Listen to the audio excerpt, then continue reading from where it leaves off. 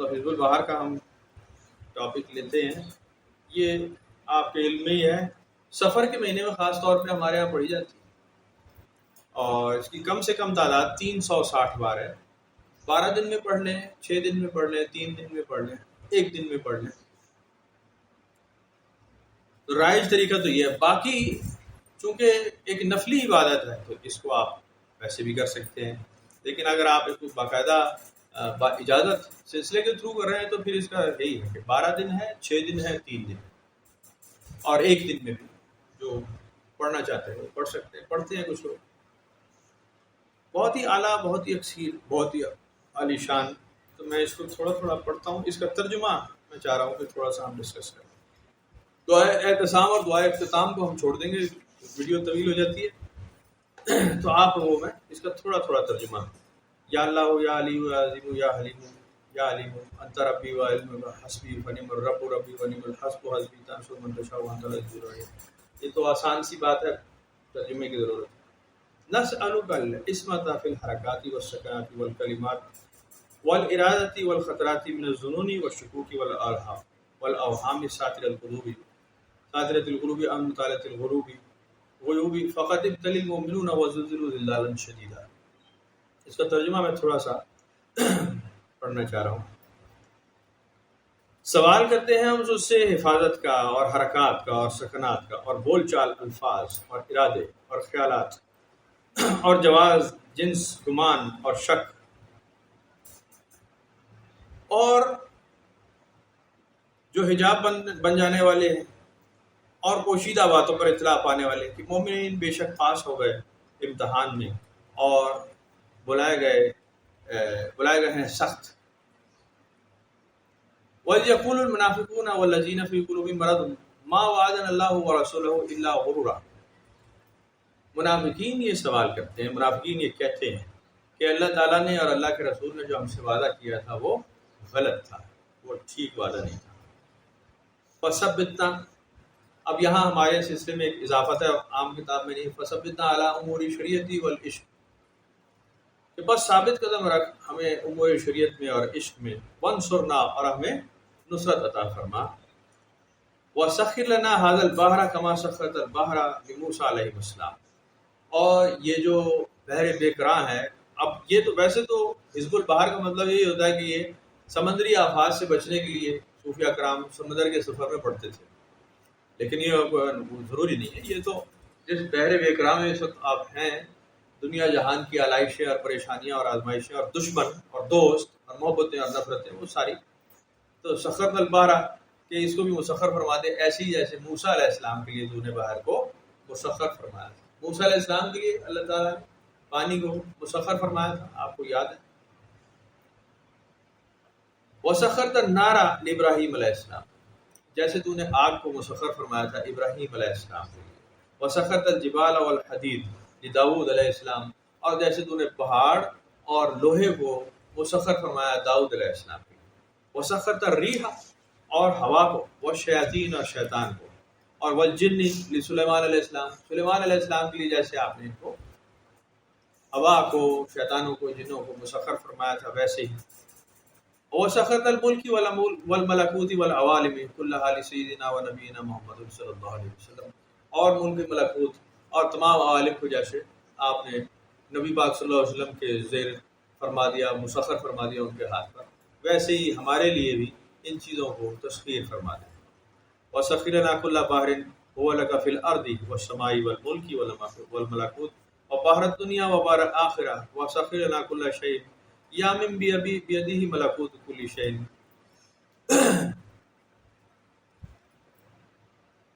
اور ہمارے لیے کارآمد کر دے اپنے اس دریا کو جو زمین میں ہے اور آسمان میں اور ملک میں اور جہان میں، اور دنیا کے دریا کو اور آخرت کے دریا کو ہمارے لیے کارآمد کر دے ہر چیز کو.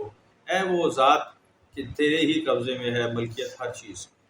ٹھیک ہے جی. آپ ہیں آگے ہیں حروف مقطعات، کاف ہا یا عین صاد، بہت ہی اعلیٰ، بہت ہی اعلیٰ حروف مقطعات ہیں. چونکہ ان کا ترجمہ نہیں ہے اور اس کو مخصوص پڑھنے کا طریقہ ہے، آپ سب لوگ جانتے ہیں. اس میں انگلیوں کے کچھ اشارے ہوتے ہیں. 5 بار یہاں انصرنا، ایک انگلی کھولتے وقت انصرنا یعنی نصرت فرما ہماری فَإِنَّكَ خَيْرُ النَّاصِرِينَ کہ بے شک تو ہی مدد فرمانے والا ہے.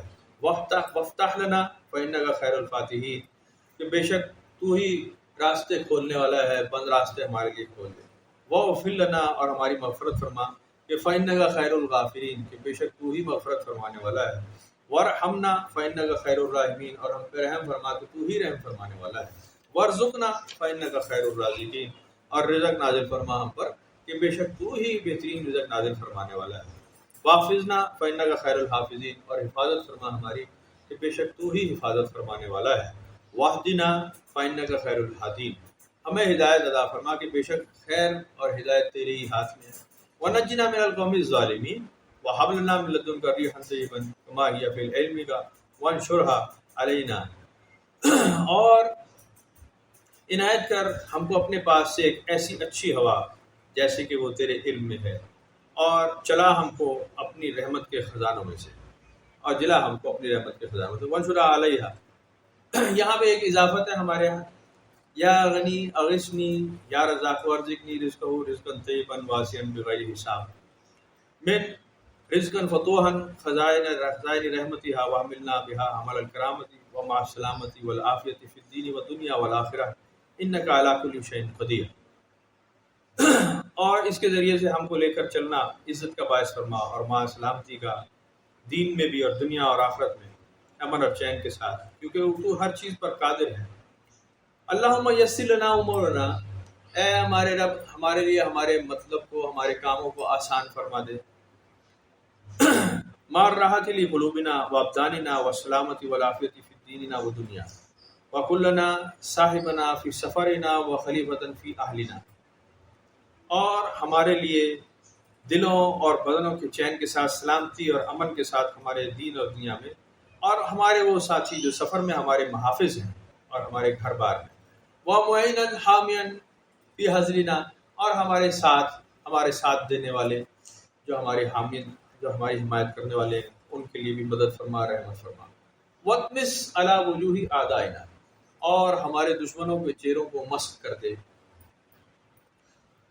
وَامْسَخْهُمْ عَلَى مَكَانَتِهِمْ فَلَا يَسْتَطِيعُونَ الْمَضِيَّ وَلَا الْمَجِيَّ إِلَيْنَا وَلَوْ نَشَاءُ لَطَمَسْنَا عَلَى أَعْيُنِهِمْ فَاسْتَبَقُوا الصِّرَاطَ فَأَنَّىٰ يُبْصِرُونَ وَلَوْ نَشَاءُ لَمَسَخْنَاهُمْ عَلَى مَكَانَتِهِمْ فَمَا اسْتَطَاعُوا مُضِيًّا وَلَا يَرْجِعُونَ اور ہمارے دشمنوں کو اور مسخ کر دے ان کو ان کی جگہ پر کہ طاقت نہ رکھے وہ ہم پر گزر کی اور نہ ہماری طرف آنے کی. جیسے کہ تو نے فرمایا کہ اگر وہ چاہیں بھی تو ہم ان کی آنکھوں کو پٹ کر دیں اور وہ راستے کی طرف دوڑتے پھریں، پھر بھی کہاں دیکھ سکیں گے. اور اگر وہ چاہیں تو مسخ کر دیں ہم ان کو ان کی جگہ پر، پھر طاقت نہ رکھیں وہ وہاں سے چلے جانے کی اور نہ لوٹ آنے کی. اب یہ جب میں نے شروع میں پڑھا پہلی بار تھی اور بابا جی سے میں نے ڈسکس کیا کہ یہ تو وہ گالیاں کوسنے ٹائپ کی چیز ہے، تو بڑی کوئی دشمنوں کے خلاف، تو آپ نے فرمایا کہ اس کو چپ کر کے پڑھتے رہیں. یہ ابھی آپ کو نہیں بتائی بات، وقت کے ساتھ ساتھ عمر کے ساتھ ساتھ پھر انسان کو پتہ چلتا ہے کہ اس کی ضرورت پڑتی ہے. بڑے بڑے غاصبین، بڑے بڑے خبیث روح، بڑے بڑے بدماش فراڈیے آپ کی زندگیوں میں آئیں گے، اور آپ چونکہ بے سہارا بے آسرا قسم کے ہیں تو آپ ان کے خلاف اور تو کوئی کارروائی کر نہیں سکتے، آپ اللہ تعالیٰ سے ہی پناہ مانگ سکتے ہیں. تو دشمن سے یعنی شیطان سے، اپنے نفس کی علت سے آپ کیسے بچیں گے؟ ان دعاؤں کے ذریعے ہی بچیں گے، قرآن شریف کی آیتوں سے ہی بچیں گے. تو اس کی بھی دنیا میں اور دین میں ضرورت رہتی ہے. آگے یاسین والقرآن الحکیم انک لمن المرسلین علی صراط مستقیم تنزیل العزیز الرحیم لتنذر قوما ما انذر آباؤهم فهم غافلون لقد حق القول على اکثرهم فهم لا یؤمنون انا جعلنا فی اعناقهم اغلالا فهي الى الاذقان فهم مقمحون وجعلنا من بین ایدیہم سدا ومن خلفهم سدا فاغشیناهم فهم لا یبصرون. یہ سورہ یاسین کا ایک حصہ ہے شروع کا. یاسین اے سردار، قسم ہے قرآن کریم کی کہ آپ صلی اللہ علیہ وسلم پیغمبروں میں سے ہیں، سیدھے راستے پر یہ قرآن ہے اتارا ہوا خدا غالب و دانا کا جو رحیم ہے، تاکہ آپ ڈرائیں لوگوں کو، اس قوم کو اور ان کی پہلی نسلیں نہیں سنی، جو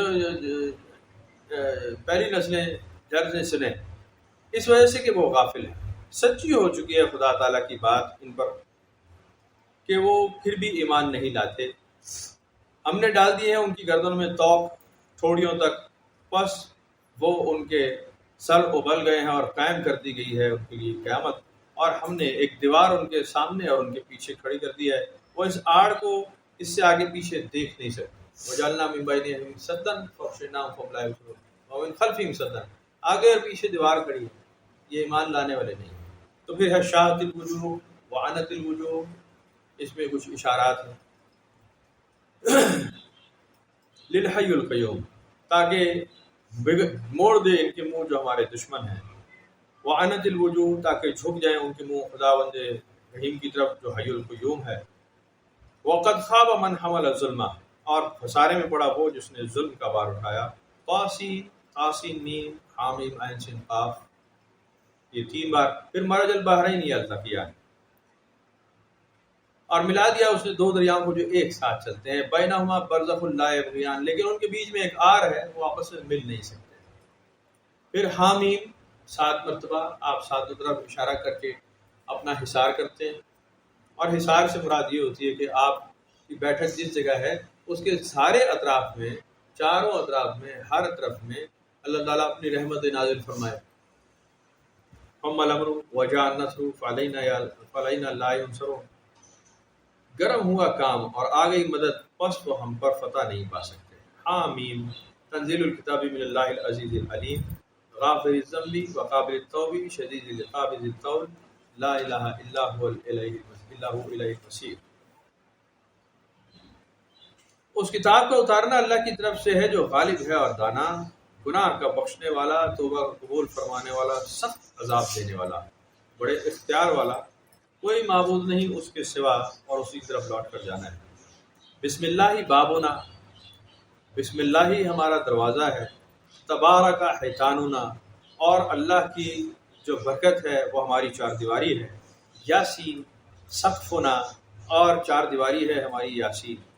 تو کاف ہا یا عین صاد، یہ ایک اللہ تعالیٰ کا حروف مقطعات میں سے، اور پھر حامیم عین سین قاف، اس میں انگلیاں ہاتھ میں مٹھی بند کی جاتی ہے، کھولی جاتی ہے ساتھ۔ حمایتنا فسیکفیکہم اللہ وہو السمیع العلیم، تو ہماری پناہ ہے، پس اللہ تجھ کو ان کے مقابلے میں کافی ہو جائے گا، اور وہ سننے والا ہے اور جاننے والا ہے۔ ستر العرش مظہور علینا وعین اللہ ناظرۃ الینا بحول اللہ لا یخذل علینا، عرش کا پروردگار، عرش کا پردہ ہمارے اوپر چھوڑا ہوا ہے، اور حق تعالیٰ کی نظر ہماری طرف متوجہ ہے، اور خدا کی مدد سے کوئی ہم پر قابو نہیں پا سکتا۔ ناظرۃ الینا بحول اللہ لا یخذل علینا واللہ من ورائہم محیط بل هو قرآن مجید فی لوح محفوظ واللہ خیر حافظا وهو ارحم الراحمین۔ اللہ ہماری طرف متوجہ ہے، اور اس کی مدد سے ہم پر کوئی قابو نہ پا سکے گا، اور اللہ ہے، اور ان کو ہر طرف سے گھیرے ہوئے ہے، اور یہ کتاب قرآن مجید ہے جو لوح محفوظ میں مکتوب ہے۔ واللہ خیر حافظا وهو ارحم الراحمین، بس اچھا نگہبان تو اللہ ہی ہے، اور وہ سب پر رحم فرمانے والا ہے۔ ان ولی اللہ الذی نزل الکتاب وهو یتولی الصالحین، بے شک میرا مددگار تو اللہ ہے جس نے کتاب اتاری، وہی مددگار ہوتا ہے نیکوکاروں کا۔ حسبی اللہ لا الہ الا هو علیہ توکلت وهو رب العرش العظیم، کافی ہے مجھ کو اللہ، کوئی معبود نہیں سوا اس کے، اسی کا بھروسہ کیا میں نے، اور وہ پروردگار ہے عرش عظیم کا۔ بسم اللہ الذی لا یضر مع اسمہ شیء فی الارض ولا فی السماء وهو السمیع العلیم، اللہ کے نام کے ساتھ جس کے علاوہ کوئی چیز نقصان نہیں پہنچا سکتی زمین میں اور نہ آسمان میں، وہی سننے والا اور جاننے والا ہے۔ لا حول ولا قوت الا باللہ العلی العظیم، نہیں کوئی قوت اور نہ طاقت مگر اللہ بزرگ و برتر ہے۔ وصلی اللہ تعالی علی خیر خلقہ محمد وعلی آلہ وصحبہ اجمعین، اور رحمت کاملہ نازل فرما اللہ تعالیٰ اپنی بہترین مخلوق محمد صلی اللہ علیہ وسلم پر، اور آپ کی آل پر اور اصحاب پر، اپنی رحمت سے، اے رحم فرمانے والے، اے سب سے زیادہ رحم فرمانے۔ یہ انتہائی خوبصورت واقعہ کلمات ہیں۔ ہمارے سلسلے میں نے پہلے بھی عرض کی کہ ہمارے ہاں بڑی محنت کرنے والے بڑے بڑے عالی شان آسان خدا، صحیح اپنی جان پہ سختی کو جھیلنے والے، یہ ان لوگوں نے ہم تک پہنچائی یہ دعائیں. اور حضرت شاہ ابو الحسن شاذلی آپ سرکار سے یہ منسوب ہے، اور شاذلیہ سلسلے میں ان سے منسوب سلسلے کو شاذلیہ بھی کہتے ہیں. اور چونکہ ہماری طرف جیسے پہنچا ہے تو ہم اس کو اویسیہ بھی کہتے ہیں، قادیہ بھی کہتے ہیں، منوریہ بھی کہتے ہیں، ہمارے یہاں جیسے شجر میں نام. بڑی بڑی طویل ریاضت کرنے کے بعد، بڑی بڑی محنت کے بعد اور اپنے شیخ کو راضی کرنے کے بعد یہ دعائیں ان سے حاصل کی گئی اور پھر ہمارے سلسلوں میں رائج ہوئی. اس کے پیچھے بڑی روایتیں، بے شمار روایتیں، چونکہ ان میں ذوف کا خدشہ ہے، کمزور ہیں، ذرا سلسلے والوں کو تو سمجھ آ جائیں گی، باہر والوں کو نہیں آئیں گی، اس لیے ہم اس کو ڈسکس ہی نہیں کرتے. تو برکت اور خیر کی چیز ہے. قرآن شریف کی آیتیں ہیں، اس میں کچھ الفاظ کلمات ہیں دعائیہ، تو یہ بڑی مسنون دعا ہے اور تا حیات انسان کو پڑھنی چاہیے. اب گزارش یہ ہے کہ اگر کوئی آدمی ہوا ایسا یا کوئی خاتون ہو، اور عورتوں میں یہ بیماری کم ہے، مردوں میں بہت زیادہ ہو رہی ہے، کہ وہ نہ ذکر کرتے ہیں، نہ مراقبہ کرتے ہیں، نہ ہفتہ وار محفل میں آتے ہیں، نہ سالانہ محفل میں آتے ہیں، نہ لینا نہ دینا، نہ شجرا، نہ مراقبہ، نہ ذکر، نہ درود، نہ سلام، نہ ورد، نہ وظائف، کچھ کرتے ہی نہیں، کچھ کرتے ہی نہیں. اور پھر کہتے ہیں فرق نہیں پیا جی، کوئی فرق نہیں آیا، کوئی فرق نہیں پیا. تو بھائی جان فرق کیوں آئے گا؟ فرق تو آنا ہی نہیں چاہیے، اور اگر آ گیا تو فرق واپس ہو جانا چاہیے. منفی فرق ہی آیا ہوگا، اس لیے میں کہہ رہا ہوں واپس ہو جائے تو بہتر. مثبت فرق تو یہ تھا کہ آپ جھک جاتے اور عبادت ریاضت میں اضافہ ہوتا، بڑھ جاتی عبادت ریاضت، کم نہ ہوتی، گھٹ نہ جاتی. آپ الٹی سیدھی بیماریوں کا بہانہ بناتے رہتے، بیمار ہو گئے، طبیعت خراب ہے، بیٹھا نہیں جاتا کھڑ. اب میں نے کئی دوستوں کو کہا کہ جی فلاں پڑھائی آپ یہ جی اچھا، بڑے ذوق شوق سے آج کا دن کل کا دن ایک دو دن پڑھ کے پھر فون آ رہا ہے، اور جی جب سے میں نے پڑھائی شروع کی ہے میری یہ جگہ پکڑی گئی، میرا یہ ہو گیا. میں نے کہا بھائی صاحب مسئلہ یہ کہ آپ نے کبھی مشقت کی نہیں ہے. آپ تو وہ سانڈ کی طرح ہیں جو کھڑے ہو کے کھا رہے ہیں، قلعے کے اوپر بندھا ہوا ہے اور کھائے چلا جا رہا ہے، ٹنوں وزن بڑھا رہا ہے، طاقت اس میں بے حساب ہے، استعمال کبھی نہیں. ذرا سا اس کو کہے نا اس قلعے سے اٹھ کے وہ دوسرے قلعے پہ جا کے کھانا کھا لو، تو وہاں چلتے چلتے دوسرے قلعے پہ تھک جاتا ہے. کبھی وہ چارہ کھاتے کھاتے جگالی کرتے کرتے تھک جاتا ہے. آپ کی مثال بس وہی ہے. یہ تو مشقتیوں کا کام ہے، محنتیوں کا.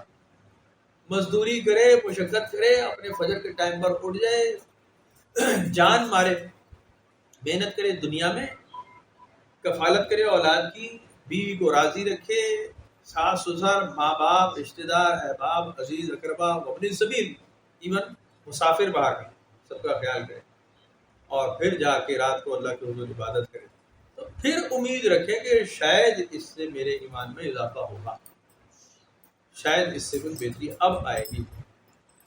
لیٹر رہے پڑھ رہے ہیں، یوں رہے، یوں موبائل لگا ہوا ہے، یوں کر رہے ہیں، بس واٹس ایپ پہ تبلیغ ہو رہی ہے، واٹس ایپ کا میسج فارورڈ کر رہے ہیں، پتہ نہیں کیا تبلیغ کر رہے ہیں اور کیوں کر رہے ہیں. بھائی غیر ضروری تبلیغ ہے. پچھلے سبق میں بھی جب بات کریں، غیر ضروری حرکتیں ہیں. واٹس ایپ پہ تبلیغ نہیں ہوتی. جیسے بالکل وہی مثال ہے جو وہ لطیفہ بنا ہوا ہے کہ وہ کورونا کے دنوں میں وہ جو آن لائن ہو گئے نا سارے کام، تو وہ کانتا بھائی نے فون کیا اپنے صاحب کو، ارے صاحب جی وہ فلانی جگہ جھاڑو پڑی ہے نا، تو اس کو یوں یوں کر کے مارنا ہے. وہ صاحب اٹھا لیا، وہ کہہ رہا ہے اب کیا کروں، جھاڑو خود لگا رہا ہے. وہ ڈکٹیشن کانتا بھائی دے رہی ہے وہاں سے، آن لائن صفائی کرنے والی ماں سے. یہ آن لائن عبادت، یہ آن لائن ریاضت، یہ آن لائن تبلیغ، بس اس سے آگے کچھ نہیں. اس سے نکل جائے، یہ عرضے ختم کرے. اور اگر کوئی کہتا ہے خدا کا واسطہ اسے کہ یار یہ ہمیں نصیحتیں مت کریں واٹس ایپ کے تھرو، میسجوں کے تھرو، ہمیں نہیں چاہیے تمہاری نصیحت. نصیحت کا لفظ ایسے ہی کیوں ہونا چاہیے؟ صوفی بزرگوں کے نزدیک یہ غیر ضروری لفظ ہے، کیونکہ سیانہ آدمی تو اس کو نصیحت کی ضرورت ہی نہیں ہے، وہ تو سیانہ ہے، پہلے ہی راستے پر ہے. اور بے وقوف آدمی کو تو نصیحت سمجھ ہی نہیں آئے گی، وہ عمل کیا کرے گا؟ تو دونوں صورتوں میں نصیحت لفظ کی ضرورت ختم ہے. یہ ڈکشنری سے نکالتے ہیں. یہ اللہ تعالیٰ کا کام ہے، جس کو دینا چاہے گا نصیحت ہدایت وہ دے دے. جو اس کے اپنے ہاتھ میں، لاکھ زور لگا لیں آپ کے ہاتھ میں نہیں آئے گی، کوشش بھی مت کریں. یہ ہیں بندگان خدا کے زیور. میں نے آپ کو حضرت میانی صاحب کی مثال سنائی تھی، بہت پہلے کی بات ہے. تو حضور بابا جی میانی صاحب ایک بڑے صوفی بزرگ، بڑے کمال کے آدمی تھے. یہ کوئی تقریباً دیکھنے والوں نے دیکھا ہے، وہ حضور بابا یحییٰ خان صاحب نے کہتے ہیں میں نے تو دیکھا ہے، انہیں ملا ہوں، اور جہاں ان کا مزار ہے وہ وہیں رہتے تھے، اسی میں وہیں قبر بنائی ہوئی ہے. تو ایک کلندر آدمی تھے، بہترین کمال کے آدمی تھے. تو یہ اپنے جسم پر موٹی موٹی زنجیریں باندھ کر رکھتے تھے، بھاری، کم از کم کہتے ہیں 1 من بھاری وزن ہوگی، 40-50 کلو کی ہوگی، کیونکہ وہ ان کے کڑے بھی جو پڑے ہوئے تھے وہ زخمی کرتے تھے ان کو. تو چھن چھن جب آواز آتی تھی نا تو لوگ ان سے ہیبت کھا کے سائڈ پہ ہو جاتے. لمبے چوڑے بہت تھے. کہتے ہیں میں بالکا سا تھا، بچھوڑا تھا، تو میں ان کے پاس وہ اٹیچ ہو گیا اور ڈرتا نہیں تھا، چلا گیا. تو اکثر ایک دفعہ آخر میں کہتے ہیں میں ان کے کڑوں سے کھیلتا رہتا تھا، وہ بھی ہنستے رہتے. تو ایک دفعہ کہتے ہیں میں نے ان سے پوچھ لیا کہ یہ جو آپ نے پہنا ہے اس کو اتار پہ کہ تکلیف دے. میں نے کہا یہ تو درویش کا زیور ہوتا ہے، یہ تو ہم خود اپنی ول پاور سے، اپنی ول سے، اپنی مرضی سے اختیار کرتے ہیں. تو ہمارے ہاں تو کڑیوں والے بابے ہوتے نہیں ہیں، چشتیوں صابریوں میں ہمارے یہاں تو اس کا رواج نہیں ہے، کرنا بھی نہیں چاہیے کہ جی آپ بڑی بڑی انگوٹھیاں پہلے پتہ نہیں کیوں پہنتے لوگ، مجھے یہ راز سمجھ نہیں آیا.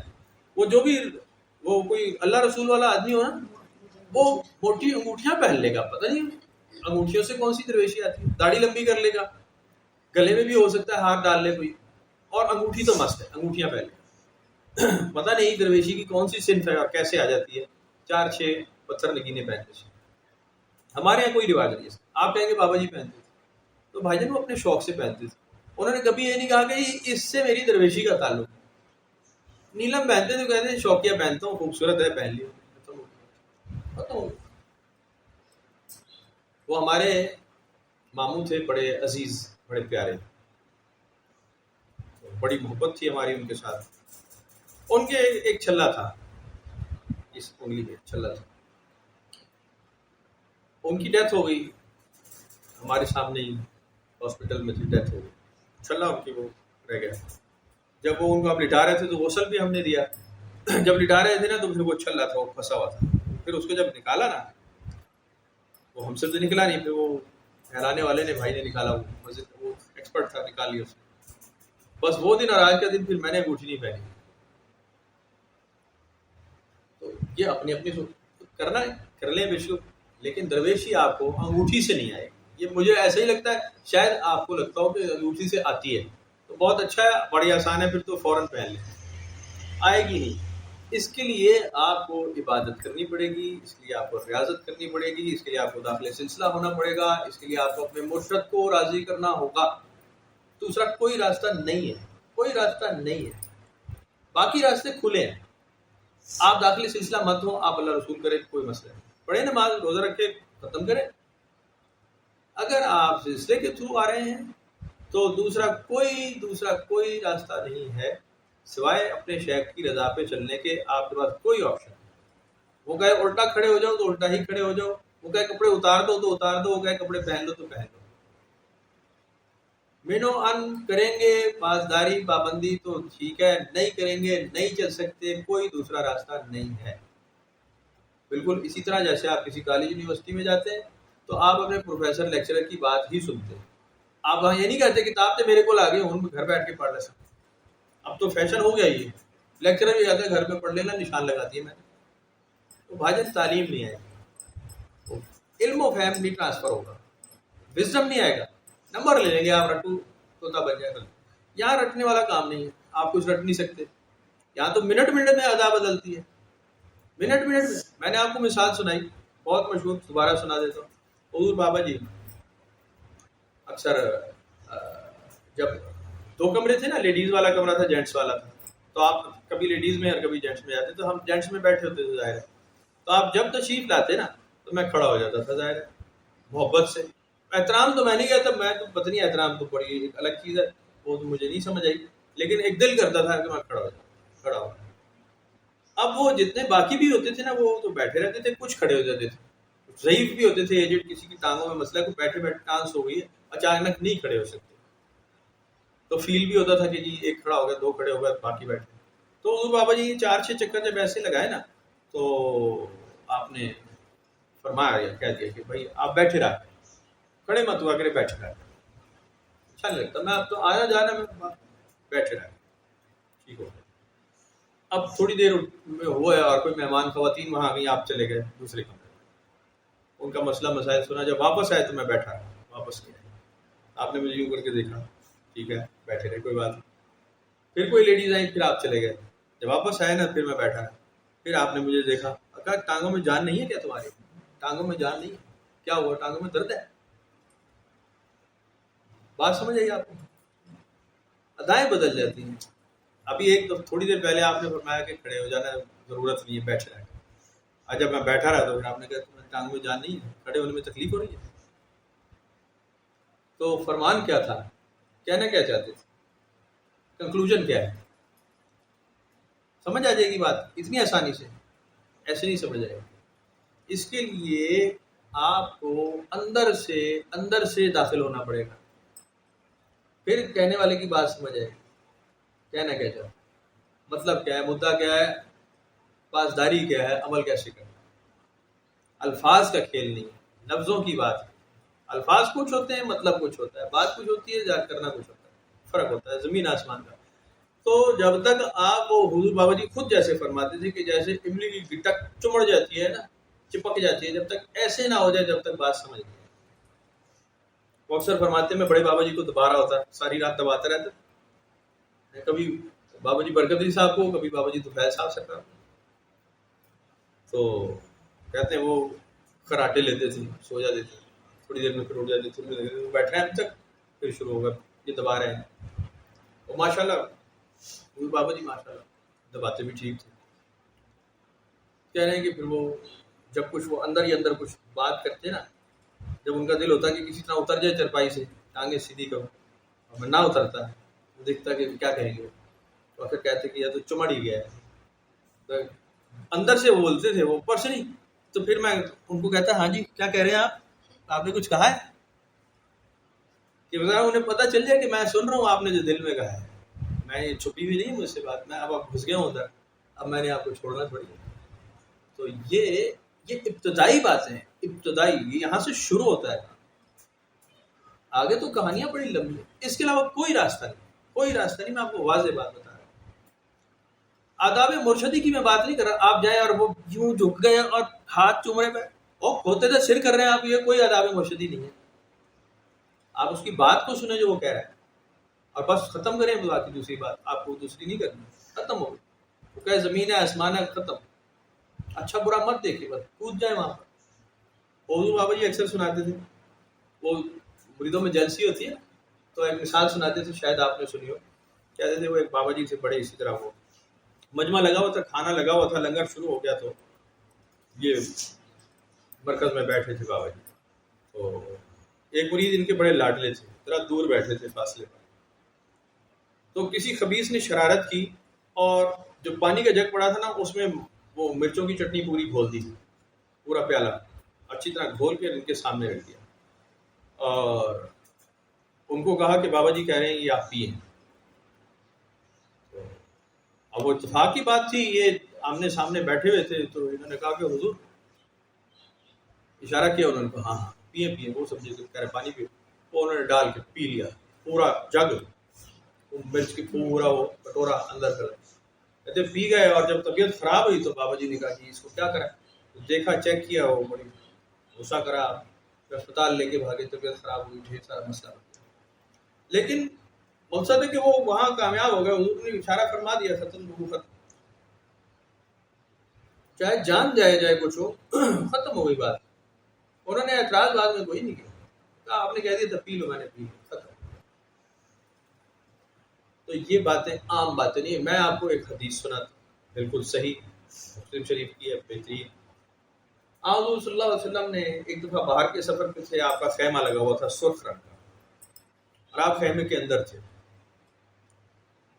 اذان کا وقت ہوا، نماز کا وقت ہوا، حضور سیدنا بلال نے اذان دی، اور آپ کٹورا لے کر پانی کا اور لے گئے خیمے میں اندر، نبی پاک صلی اللہ علیہ وسلم وضو فرمائے، آپ کٹورے میں اس پیالے میں آپ وضو فرماتے تھے۔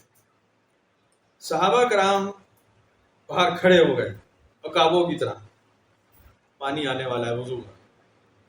جیسے ہی پانی آیا تو وہ جھپٹ پڑے سارے حضرت سیدنا بلال پہ, اور وہ وضو کا پانی جھپٹ لیا, اور کسی نے پی لیا, کسی نے مل لیا, کسی کو ایک قطرہ ملا تو اس نے اوپر مل لے لپیٹ. آپ حضور صلی اللہ علیہ وسلم بھی اسی اسنا میں باہر تشریف لائے تو آپ کی آستینیں چڑھی ہوئی تھیں, آپ کی پنڈلیاں سے وہ تھوڑا سا تہبند بھی اٹھی ہوئی تھی. آپ نے سرخ رنگ کا لباس پہن رکھا تھا, نبی پاک صلی اللہ علیہ وسلم نے سرخ رنگ کا لباس پہن رکھا تھا, اور آپ کی پنڈلیاں کھلی ہوئی تھیں. آپ کے وہ جو تہبند شریف تھی وہ تھوڑی سی اونچی تھی. تو صحابہ کرام فرماتے ہیں کہ ہم نے نبی پاک صلی اللہ علیہ وسلم کی اس وقت پنڈلیاں دیکھی. سورج چمک رہا تھا اور سورج کی روشنی کرنیں آپ سے ہو کر گزر رہی تھیں, اور ایک منظر تھا جو ہم دیکھ رہے تھے. تو آپ بھی دیکھ کر محظوظ رہے تھے, فرما رہے تھے کہ تم تو ایسے جھپٹ رہے ہو جیسے وہ قرآن شریف میں آیا ہے کہ وہ جھپٹتے ہوں گے حوض کوثر پر, جام طہور پر. تم نے وہ ماحول یہاں بنا رکھا ہے. تو وہی ماحول آپ کو اگر اس دور میں دیکھنا ہو, اللہ کرے وہ وقت دوبارہ آ جائے اور وہ موقع کھل جائے, تو آپ حجر اسود پر اسی طرح کا ماحول دیکھتے ہیں.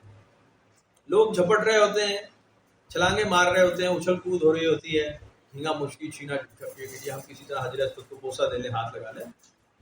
تو اس میں لغویات کوئی نہیں ہوتی. جیسے قرآن شریف میں لکھا ہے نا کہ وہ جھپٹتے ہوں گے ایک دوسرے پر, پیالوں پر ایک دوسرے کے, لیکن لغویات اس میں کوئی نہیں ہوگی. وہ پیار محبت کا اظہار ہوگا, وہ دل لگی ہوگی جو آپس میں یہ کرتے ہوں گے جنت کے رہنے والے. یہ محبتوں کے اظہار ہے.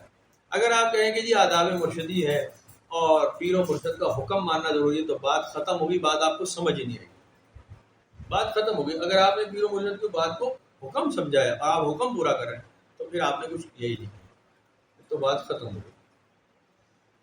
نہ وہاں سے حکم جاری ہوتا ہے, نہ آپ کو پورا کرنے کی طاقت ہے. جب حکم ہوگا آپ نہیں پورا کر سکیں گے. قرآن شریف والا فیصلہ ہے. جب ہم کچھ کہہ دیں گے نا, تمہیں حد لگا دیں گے, تم نہیں کرو گے, نافرمانی کرو گے. تو پیری مریدی میں حکم نہیں چلتے, نہ مرشد حکم دیتا ہے. وہ تو اس کو راضی برضا کی بات ہوتی ہے. دونوں یہ دونوں ایک دوسرے سے ایسے راضی ہوتے ہیں کہ یہ ایک دوسرے کے مزاج آشنا ہوتے ہیں, ایک دوسرے کی بات جانتے ہیں کہ کیا چاہتا ہے چاہنے والا, کیا چاہتا ہے, اور پھر معاملہ چلتا ہے, پھر اندر کی کہانی چلتی ہے. اس کا صرف ایک ہی فارمولہ ہے کہ آپ کو اندر سے خود کو اس کے حوالے کرنا ہوتا ہے, اندر سے, اندر باہر اس کے حوالے. اور آج وظائف ہیں جس کا میں آج کلیہ آپ کو بول رہا ہوں, بتا رہا ہوں, جانتے ہوں گے آپ, ریوائز کر رہا ہوں. آپ اور رات پڑھتے ہیں, وظائف پڑھتے ہیں, لگتا ہے فرق نہیں آ رہا. اور رات وظائف پڑھے بے چینی بے کلی, اور رات وظائف کو وہ نہیں, گرپ نہیں آ رہی. اس کو گرپ حاصل کرنی ہے, بہت آسان طریقہ ہے.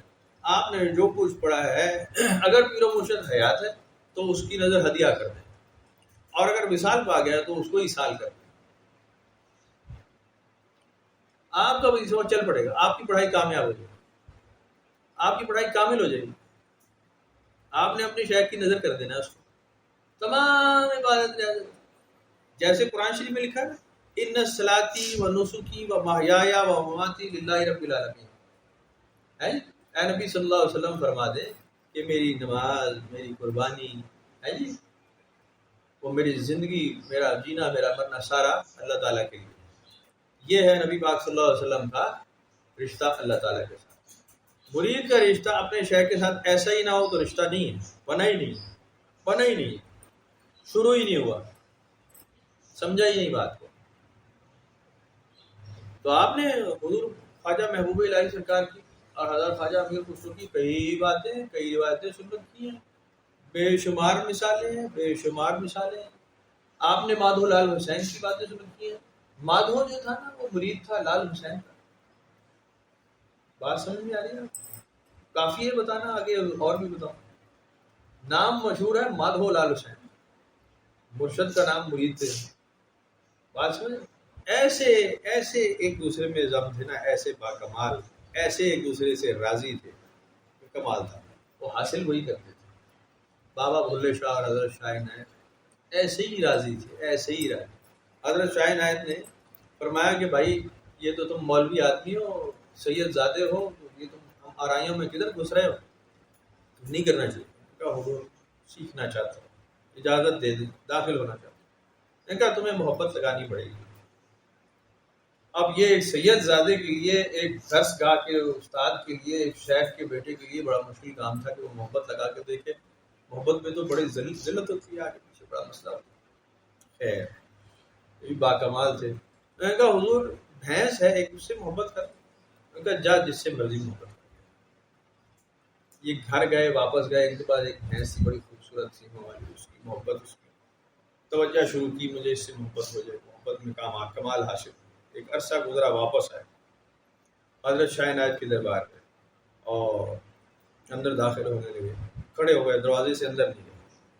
حضرت شاہ عنایت کہتے ہیں آ جاؤ آ جاؤ. کہتے ہیں حضور میرے سینگ پھنستے ہیں, اندر آنے کا راستہ دروازے میں سینگ پھنستے. کہا آ جاؤ تمہارا کام ہو گیا. بات سمجھ آ گئی. ایسی محبت بھینس کے ساتھ کر کے دکھا دی. حکم پورا کرنا ایسا ہوتا ہے. اصلی لوگ تھے وہ کہانیاں نہیں کرتے تھے, وہ اصلی لوگ تھے. انہوں نے اصل میں محبت کی تھی. ان کی اصل کیفیت یہ تھی کہ وہ خود کو بھینس سمجھنا شروع ہو گئے تھے. ایسی محبت کی تھی بھینس کے ساتھ, جانور کے ساتھ. وہ کہتے تھے میرے سینگ پھنستے ہیں, میں اندر کیسا ہے. اور پھر آگے جو ہوا تو وہ تو قابل بیان ہی نہیں ہے. ایسی محبت کا اظہار کیا جب شیخ کی محبت ہوئی تو وہ کیا بات ہے. محبت کرنا سیکھے گا تو آگے بڑھے گا, دیوانہ وار ہوگا تو آگے بڑھے گا. دوسرا کوئی راستہ نہیں. اس کے علاوہ کچھ حاصل ہو ہی نہیں سکتا. پھر اس کے جو روٹینز ہیں, جو اس کے پروٹوکولز ہیں, پورے کرے گا, اورات کرے گا, وظائف کرے گا, ہفتہ وار محفل ہے یا ماہانہ محفل ہے یا جیسے بھی تربیت کا راستہ, اس کے اوپر چلے گا تو آگے چلے گا. اس کے علاوہ نہیں چل سکتا. سوال ہے سالانہ آنے والے یا 5 سال آنے والے یا میسج کرنے والے یا پریشانیوں میں پھنسے ہوئے, دکھ تکلیف میں, خوشیوں میں, غموں میں, یہ وہ, کہیں نہیں پہنچ سکتے, کہیں نہیں چل سکتے, چل ہی نہیں سکتے. سوال ہی نہیں. بس زیادہ سے زیادہ یہ ہوگا محفل ہوئی, پیر پکڑ لیے, قدموں میں بوسہ دے رہے ہیں, ہاتھوں میں بوسہ دے رہے ہیں, سمجھ رہے ہیں ہم بڑے عقیدت مند ہو. یہ کھوتے کا سر عقیدت ہے, اردو کا پٹھا پا نہیں ہے. یہ کوئی عقیدت نہیں, نہ ایسی اس کی ضرورت ہے. یہ تو دکھاوا ہے اور ڈرامہ ہے. بالکل مت کرے. آپ نے دیکھے ہی ہیں بڑے بڑے عقیدت مند ہائے پھپا پھپا رونے والے قدموں میں بیٹھے, اور آپ کہتے ہیں نہیں انہیں وہ گل نہیں. پہلے دن سے پتا ہے, شیخ کو پتہ نہیں ہوگا کہ تو کدھر جا کے جھٹکا کھائے گا. پہلے دن ہم نے بتا دیا تھا تو اس دن ٹوٹے گا, اس دن بنے گا, ختم ہوگی بات. یہ جو میں آپ کو ایک عجیب الٹی سی مثال دیتا ہوں, ہے قرآنوں کی لیکن مثال سے اچھی. ایک بابا جی تھے, بزرگ تھے, تو وہ ایک غلط سا جملہ جو ہے نا لوگ ان کے بارے میں کہتے تھے. وہ پھرتے رہتے تھے ایسے ہی, تو لوگ انہیں چھیڑتے تھے, بھڑوا ہے, اوے یہ بھڑوا ہے, یہ بھڑوا ہے, بھڑوا ہے, بھڑوا ہے. تو وہ خود بھی کہتے تھے اپنے آپ کو کہ بھڑوا ہے بھائی, بھڑوا ہے. بھڑوا آپ کو پتا کیا ہوتا ہے؟ وہ بڑا گندا لفظ, دلال کو کہتے ہیں جو طوائفیں بیچتا ہے نا, طوائفوں کے سودے کرواتا ہے کوٹھے پر, اسے کہتے ہیں. تو حضرت غوث علی شاہ قلندر کہتے ہیں کہ میں ان سے ملا اور مجھے سمجھ میں آ گئی کہ یہ کوئی ملامتی آدمی ہے اور یہ بڑا زبردست کوئی اندر آدمی ہے. وہ آپ کہتے ہیں میں اس کو پکڑ کے بیٹھ گیا, وہ جان چھڑائے, میں کہ جان نہ چھوڑوں. کہتے ہیں کہ تم بھڑوے ہو. کہتے ہیں کہ پھر اگر عورت کے ہو تو عورت کے پاس لے چلو, ہے جی, اور اگر کسی اور کے ہو تو اس سے ملا دو. مجھے تو لگتا ہے کہ تم کسی اور کی دلالی کر, کسی اور کا سودا میرے ساتھ کرانا چاہتے ہو, کسی اور کے ساتھ رابطے میں, تو بڑی مہربانی ہوگی مجھے اس سے ملا دو. تو وہ بھی کہتا ہے, وہ مجھے پھر تنہائی میں لے گیا, اور اس نے کہا کیوں میرا کام خراب کرتا ہے, کیوں برباد کرتا ہے, بس تجھے جو ملنا ہے سب مل گیا. کہتے بادشاہ بول کر دی, جو دینا لینا تھا وہ لینا دینا ہو گیا.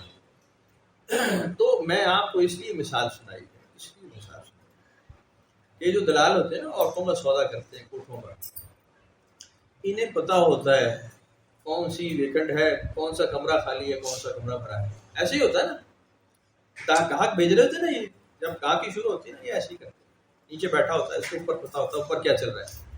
ایسی بات ہے, اسے پتا ہوتا. تو آپ کو کیا لگتا ہے کہ ایک بازار میں بیٹھا ہوا ایک بے سوا کا علم رکھنے والا تو جانتا ہے کہ اوپر کیا ہو رہا ہے نیچے بیٹھ کر, ہے جی. جس نے کسی کے ہاتھ میں ہاتھ دیا ہو, جو کہیں سے منسوب ہو چکا ہو, کیا اس کو اوپر کی کہانی نہیں پتا کہ اوپر کیا چل رہا ہے, اوپر کیا پسندیدگی ہے, اوپر کیا ناپسند. اپنے پسند کی بات ہے, اپنے عقیدے کی بات ہے. آپ نے مان لیا تو سب کچھ ہے, نہ مانا تو کچھ بھی نہیں ہے, نہ مانا تو کچھ. لیکن اگر آپ داخلی سلسلہ ہو رہے ہیں پھر دوسرا کوئی راستہ, پھر ایسے ہی ہے. پھر تو ایسے ہی راضی کرنا، پھر چیخیں نکل جاتی ہیں. جتنا قریب کا آدمی ہوگا اتنی چیخیں نکلوائے گا. وہ مخدوم صابر کا مرید ہونا وہ خواجہ شمس الدین کو ہی کمال ہے. وہ کوئی دوسرا ایسی تیسی میں جائے جو وہاں حاصل داخل ہو. سوال ہی نہیں. بڑے بڑے نام اس دور میں تھے، بڑے بڑے نامور کمال، بڑے بڑے عالی شان، لیکن حوصلہ پھر خواجہ شمس الدین کا ہی تھا جو حضرت مخدوم سے فیض لے لیا. کون لے سکتا تھا بھائی؟ خواجہ نظام سے تو سارے فیض لے سکتے تھے، بات ہی کوئی نہیں تھی. جو جاتا محبت ہی محبت، پیار ہی پیار، کوئی جلال نہیں، کوئی وہ مسئلہ نہیں. کھلا خانقاہی نظام، جو مرضی چلا جائے فیض پائے نکل آئے. بابا صاحب کے پاس چلا جائے، وہ بابا جی فرید کے پاس، کوئی آزمائش نہیں، کوئی امتحان نہیں، کسی کو کوئی مسئلہ نہیں. لیکن حضرت مخدوم سے فیض لینا کمال کی بات تھی. اس کے لیے مرید کا باصفا ہونا زیادہ اہم ہے، مرید کا باصفا ہونا زیادہ ہے. ورنہ حضرت مخدوم سے فیض لینا کوئی معمولی بات ہے تو انسان مان سکتا ہے، لیکن اتنا ہی پختہ ارادہ ہو، ایسا ہی کام تو پھر یہ حاصل کرے گا. اس کے علاوہ کچھ نہیں. اس کے علاوہ آپ داڑھی لمبی رکھ لیں اور آپ بیٹھ جائیں اور آرام فرمائیں اور چار چویرے اپنی جھمگٹا لگا لیں اور تبلیغ کریں اور ہدایت دیں. بولتے کا سیری کر رہے ہے کچھ نہیں. ایسا ہی ہوتا ہے نا جب آپ سلسلوں میں داخل ہوتے ہیں، 4-5 سال ضائع ہو گئے، ملا کچھ نہیں. انگوٹھیاں پہن کے بھی پتہ لگا کچھ نہیں ہوتا، داڑھی بڑھا کے پتہ لگا کچھ نہیں، پگڑ باندھ لی کچھ نہیں ہوا، نیلے پیلے لال گلابی کپڑے پہن لی کچھ بھی نہیں ہوا، فرق نہیں پڑا. اس لیے کہ وہ تو معاملہ چلا ہی نہیں، وہ تو آپ وہاں پہنچے ہی نہیں، وہ بات سمجھیے. اب جب نہیں ہوا تو آپ خائف ہو جاتے ہیں اور آپ خود صاف کا، کیونکہ آپ کو لوگ صوفی صاحب، پیر صاحب، شاہ صاحب تو کہنے لگ جاتے ہیں، گیٹ اپ آپ کا ایسا ہوتا ہے، تو آپ پھر مجبوراً شاہ صاحب بن جاتے ہیں، صوفی صاحب بابا جی بن جاتے ہیں. ہوتے آپ الو کے پٹھے خالی اندر، کیونکہ بے شرم ہو چکے ہوتے ہیں تو بے شرمی میں پھر آپ اس کا اظہار نہیں کرتے. آپ کہتے ہیں ہاں میں ہوں، میں بڑا کامل ہوں، مجھے اندرونی بیرونی مسئلے ہیں، عارضے بھی ہو جاتے ہیں. میں نے ابھی جیسے مراقبے کی بات کی، مراقبے کے اندر قیافہ بہت چلتا ہے، مراقبے سچے نہیں ہوتے ہر ایک. ابھی میرے قریبی دوست ہیں، معصوم ہیں بیچارے، تھوڑا سی پریشانی میں ہیں آج کل، ان کا مینٹل ہیلتھ ٹھیک نہیں ہے. ان کا فون مجھے کئی دن سے آ رہا ہے، کہتے جی میں نے خواب دیکھا ہے، مراقبہ چلا ہے میرا، اور میں نے حضور پاک صلی اللہ علیہ وسلم کو اس میں دیکھا ہے، آپ تشریف لائے ہیں اور آمنے سامنے بیٹھے اور انہوں نے مجھے کہا ہے کہ جی تم وقت کے امام ہو. چلیے، اور آپ نے یہ بھی فرمایا کہ تمہیں اس امامت کے ساتھ کچھ کیش بھی ملے گا، پیسے. اچھا. تو انہوں نے کہا ہے کہ جی ہمارے ایک دوست ہیں سہیل رانا صاحب، وہ تمہیں پیسے دیں گے 92 لاکھ روپے. تو اب اس کا کیا مطلب ہے آپ ذرا مجھے بتائیں. میں نے کہا جی ابھی تو میں لاہور ہوں، واپس آؤں گا تو پھر پنڈی آؤں گا تو فون بند کر دیا. اب میں سوچ رہا ہوں کہ وہ ان کو میں کیا بتاؤں. رانا صاحب سے پوچھنا کہ آپ دے رہے ہیں یا نہیں. میں نے تو وہ ساتھ ہی تھے، میں نے کہا کہ جی وہ واپسی میں دے دیجیے گا، 92 لاکھ ہی ہے. اب مسئلہ یہی ہے، یہ مراقبے کے یہی حالات ہیں، یہی حالات، اور اس میں کامل یقین ہو جاتا ہے لوگوں کو کہ یہی ہوا ہے. اب اعتراض آیا نا اس میں کہ جی حضور پاک صلی اللہ علیہ وسلم اگر مراقبے میں آپ کو نظر آ رہے ہیں تو پھر وہ غلط ہے. بات نہیں یاد ہے، یہ نہیں ذہن میں ہے ایسا ہوا یا نہیں. تو بھائی صاحب غلط تو غلط ہی ہے تو آپ کے دماغ کا خفقان ہے. یہ ایسے نہیں ہوتا، یہ ایسے نہیں ہوتا، اس میں بہت فرق ہوتا ہے، اس میں بہت فرق ہوتا ہے. ابھی بتانے لائق نہیں، جن کے ساتھ ہوا انہیں پتہ ہے، جو اس معاملے کے راہی ہے نا انہیں پتہ ہے کیسے ہوتا ہے، ایسے نہیں ہوتا. اب میں ان کو بتانے والا ہوں کہ جی آپ کا جو مراقبہ خواب ہوتا ہے وہ ہوتا ہے الٹ. تو ایک تو پہلی بات آپ وقت کے امام نہیں ہیں، وقت کے امام تو حضور پاک ہی ہیں، اور جو 92 لاکھ ہیں وہ آپ کو رانا صاحب نے نہیں، آپ نے رانا صاحب کو دے دیں، تو وہ انتظام کریں اور دے دیں، آدھے کرنے میں ان سے لے لوں گا. کیونکہ میں تو بھائی سچی بات ہی کروں، میں کوئی الٹی بات آپ کو، میرا ایمان نہیں ہے کہ میں آپ کو کہوں. میں بالکل چاہے آپ سلسلہ چھوڑ کے بھاگ جائے، کوئی بھی نہ ہے، کوئی مسئلہ نہیں، ایک بھی نہ مانے نا، کچھ بھی نہیں ہوگا، بالکل مت مانے. کوئی میں کہتا ہی نہیں ماننے کی ضرورت ہے، دوڑ جائے سارے کے سارے بات، کوئی مسئلہ نہیں. بات تو کرنی ہے سیدھی، اچھی لگے یا بری، سلسلے پہ چلنا ہے آپ نے. میں نے آپ کو سیدھا کام بتانا ہے، سیدھا. میں نے آپ کو غلط کام نہیں بتانا. آپ کو لگے غلط کام ہے مت کریں، چھوڑ دیں، ختم کریں، مت کریں، سیدھی بات ہے. آپ اللہ اور اللہ کے رسول کی طرف مڑ جائیں اور وہاں سے قرآن اور حدیث سے سبق لیں اور دیکھیں قرآن حدیث کے مطابق جو بات سچ ہے اس پہ عمل کریں. میں تو کوئی قابل آدمی نہیں، میں تو کہہ نہیں سکتا، سوال ہی نہیں کہ جی میں ساری بات ٹھیک کروں گا، سوال ہی نہیں، بالکل نہیں ہو سکتا. میں تو خود ابھی طفل مکتا ہوں. تو آپ اگر دیکھیں کہ جی کوئی مشکوک بات ہو رہی ہے اور اللہ اور اللہ کے رسول کے حکم کے خلاف ہے، آپ اسے چھوڑ دیں. ہماری بات آپ اللہ اور اللہ کے رسول کی بات مانیں، بڑی واضح بات بتا، بالکل بالکل مت مانے میری بات، سیدھا کام کریں. پیر مریدی ہر ایک کے بس کا کام نہیں ہے، ہر ایک کی کھیڈ نہیں ہے، ہر ایک اس میں پورا نہیں اتر سکتا. ایک بڑی مشکل منزل ہے، بڑی مشکل. یہ وراثت نہیں ہے، میں آپ کو واضح بتا دوں، وراثت نہیں ہے. حضور سیدنا امام حسین رضی اللہ تعالیٰ عنہ کا مین جو سٹینڈ تھا یزید کے خلاف وہ یہی تھا کہ پہلے حضرت امیر معاویہ نے خلافت کا اعلان کر دیا اور پھر یزید نے اعلان کر دیا شورا کے بغیر کہ جی میں انہوں کا پتر ہے. بس حضرت امیر معاویہ کو تو پھر دنیا مانتی تھی کہ جی چلو یہ تو صحابی رسول ہیں، یہ درویش منہ شادی تھے بھی، کمال والا بھی تھے. یزید کو کون مانتا تھا؟ صرف اس لیے کہ ابا جی چونکہ خلیفہ تھے اس لیے میں ان کا بیٹ جانا چاہیے. وہ اسٹینڈ ہی اس بات پہ تھا کہ بھائی یہ کیسے ہو سکتا ہے. تو شورا فیصلہ کرے گی، جو امامت کا حقدار ہے وہ خلیفۃ المسلمین ہوگا. تو وہ تو خیر شریعت کی بات ہے نا، میں تو عام بات کر رہا ہوں اس کی طریقت کی. طریقت میں تو کوئی انہیریٹنس نہیں ہے کہ جی باپ صاحب پیر تھے تو بیٹا پیر صاحب ہو، باپ صاحب فیض ہے تو اولاد صاحب فیض ہوگی، کوئی دلیل نہیں. حضرت ابراہیم کی اولاد کو اللہ تعالیٰ نے رد کیا قرآن شریف میں کہ جو نافرمان ہوں گے انہیں تو میں جہنم میں گھسیٹوں گا. حضرت نوح کی اولاد کو اللہ تعالیٰ نے گھسیٹا ہے کہ جی یہ تو نافرمان تھا اسی لیے ہم نے اس کو ہلاک کر دیا. حضور پاک صلی اللہ علیہ وسلم کے منہ بولے بیٹے حضرت زید قرآن شریف میں جن کا ذکر ایک ہی ہے. لوگ کہتے ہیں حضرت علی کا ذکر ہے، میں تو بالکل نہیں پڑھا. میں نے کہاں لکھا ہے کہ حضرت علی حضور پاک کے منہ بولے بیٹے تھے؟ میں نے تو پڑھا نہیں، قرآن شریف میں تو ہے نہیں. کہتے رہے آپ جتنا مرضی نکالیں.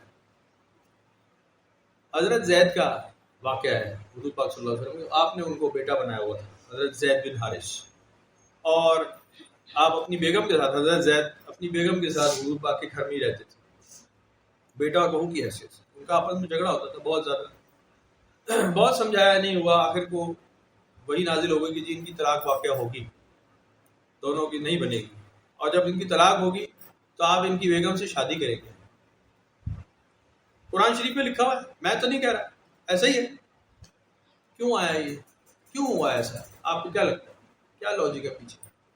آپ کی اور ازواج ہو سکتی تھی، عرب بھرا پڑا تھا، لوگ گھٹنوں پہ بیٹھے ہوئے تھے کہ جی ہماری بیٹی سے شادی کر لو، کوئی کمی تھی ہی نہیں. بڑے بڑے طائفے بڑے بڑے قافلے آ رہے تھے کہ جی ہم اپنی بیٹی کی شادی آپ سے کرنا چاہتے ہیں. حضور پاک کے پاس بے شمار رشتے آتے تھے بے حساب. خود سیدنا حضرت ابو بکر صدیق فرماتے ہیں کہ میری زندگی میں بڑی خواہشوں میں سے سب سے بڑی خواہش جو ہے وہ یہی ہے کہ میں حضور صلی اللہ علیہ وسلم کی زیارت کرتا رہوں، یہ میرے سامنے میں دیکھتا رہوں، اور یہ میں ان کے خاندان میں شامل ہو جاؤں، میری بیٹی ان کے نکاح میں ہو، میرا ان سے کچھ رشتہ بن جائے. ایک ہی رشتہ منسوب ہو سکتا ہے، میں چاہتا ہوں میرا رشتہ ان سے ہو. حضرت سیدہ عائشہ صدیقہ کے پیار میں. تو حضور پاک صلی اللہ علیہ وسلم کے لیے رشتوں کی کیا کمی تھی، کیا کمی تھی؟ بادشاہوں کے بادشاہ کے لیے کیا کمی ہوتی؟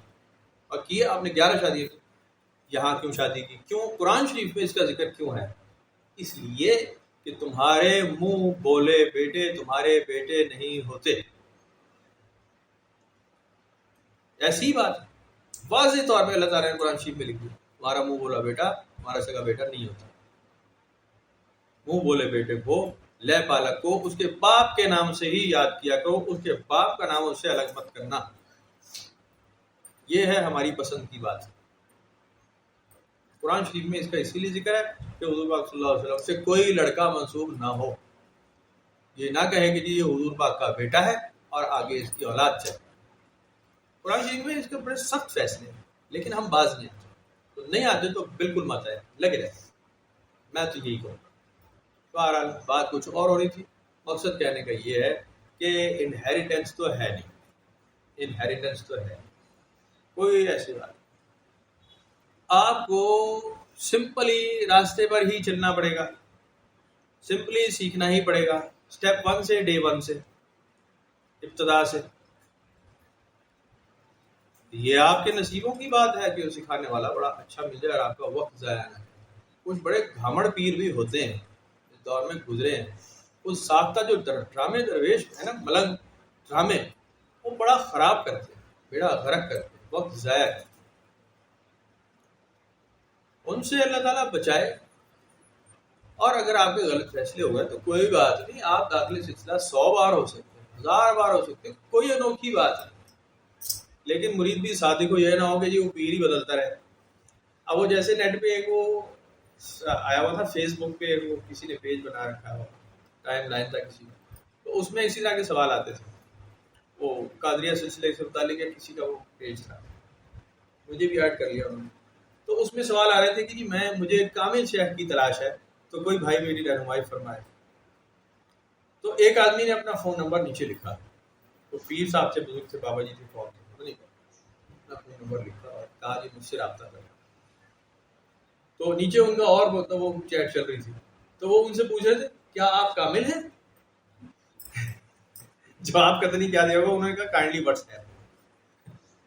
یہاں بات نہ کر، واٹس ایپ پہ بات کر تجھے جواب دیتا ہوں. اور نیٹ میں اسے پوچھا کیا آپ کامل ہیں؟ پہلے تو لوگوں سے پوچھا کہ جی کامل کو بزرگ، تو ایک کامل نے خود ہی بتا دیا میں ہوں، مجھ سے رابطہ کروں. تو پھر وہ اس سے پھر بھی پوچھا کہ آپ کامل ہیں، میں آپ کا مرید ہو سکتا ہوں، کیا آپ اس قابل ہیں؟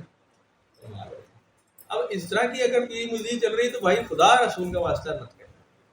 تو بات ہی نہیں سمجھ آئی آپ کو، اب آخر سمجھ آئے. تو بہرحال اوراد ہیں، وظائف ہیں، مراقبہ ہے، شجرہ ہے، مبارکہ ہے. صاحب فیض ہونا پڑے گا، سیکھنا پڑے گا. آپ ساری زندگی گوٹے گھس لیں، ساری زندگی وظائف پڑھ لیں. حضور بابا جی نے اکثر فرمایا ساری زندگی گوٹے گھستے رہے، کچھ نہیں ملے گا، کچھ نہیں ملے گا. شیخ راضی ہوگا تو کچھ دے گا، اپنی رو میں، اپنی مگن میں، اپنی مستی میں دے گا تو دے گا، نہیں دے گا تو پڑھتے رہے ساری زندگی، کرتے رہے، کتابیں رٹتے رہے، جو مرضی کرتے رہے، پورا قرآن پڑھتے رہے، کرتے رہے، کچھ نہیں روکا. وہ تو اس کی رو، اس کی مرضی، اس کی منشا ہوگی تو وہ عطا کرے گا. اب جب عطا کر دیا تو بھائی تو چاہے بنا اور چاہے بگاڑ، دونوں راستے تیرے پاس. کہیں نہ تو لے کے بگاڑ دیا نا، برباد کر دیا، بیڑا غرق. ملا اور نہیں چلایا، ملا اور نہیں سنبھالا، کر دیا برباد، بیڑا غرق ہو. نہیں ہوا تو ان کی نصیب ہے. لیکن جس راستے پہ شیخ نے ڈال دیا، میں تو اپنے بارے میں اکثر کہتا ہوں کہ میں جو الٹی سیدھی بھاگتا رہتا ہوں، کبھی کام، کبھی کاروبار، کبھی نوکری، کبھی یہ میں غلط کرتا ہوں. میرا کام جو لگایا گیا ہے بس مجھے وہی کرنا چاہیے. جب تک میں صرف وہی نہیں کروں گا میں کامیاب نہیں ہو سکتا. کام لگانے والا لگا کے صرف وہی کرنا پڑے گا. دوسرا کام سارا سب ختم کرنا پڑے گا، چاہے بھوک ہو، چاہے ننگ ہو، چاہے پیاس ہو، چاہے فاقہ ہو، چاہے کچھ ہو. کام وہی کرنا پڑے گا جو لگانے والا لگا گیا. جب منزل متعین ہو گئی سو ہو گئی. کروں گا ٹھیک ہے، نہیں کروں گا خراب ہو، بالکل دوسرا کوئی آپشن نہیں. شیخ کو پتا ہوتا ہے منزل متعین ہو جاتی ہے، مقرر کر دیتا ہے، آپ نہیں بدل سکتے. ایسی تیسی جتنی روحانیت میرے شیخ نے مجھے رکھی تھی وہ دے چکا ہے. میں جو مرضی کر لوں، 100 جگہ جا کے میں الٹا لٹک جاؤں، میری روحانیت میں اب وہ کوئی ترویج بڑھاتی بہتری نہیں آئے گی. جو شیخ کی طرف ہو چکی سو ہو چکی، اور کوئی دینے والا نہیں. ایسی تیسی جو ایک ہاتھ پکڑ لے تو پکڑ لے. ہاں ارادت ہوتی ہے، وید امامت ہوتی ہے، 1000 جگہ ہوتی ہے، بار بار ہوتی ہے، سیکھتے ہیں، خلافت لیتے ہیں، دستار لیتے ہیں. جیسے ہمارے صوفی بزرگوں نے بے حساب جگہ، متعدد جگہ پہ 211 سلسلوں میں الگ الگ بیعت کی ہے، داخل ہوئے ہیں بار بار کئی شیوخ اکرام کے ہاتھ پہ، اور پھر فیض لیا ہے، اور پھر داخل اپنا تعلیم وہاں سے لے کر ہمارے سلسلے میں لے کر آئے. ایسا ہوتا ہے، بالکل ہوتا ہے. لیکن جو بیعت توبہ ہوتی ہے وہ ایک ہی ہوتی ہے، ایک ہی شیخ کے ہاتھ پہ ہوتی ہے. تو ان چیزوں کو کبھی کبھی ریوائز کر لینا چاہیے.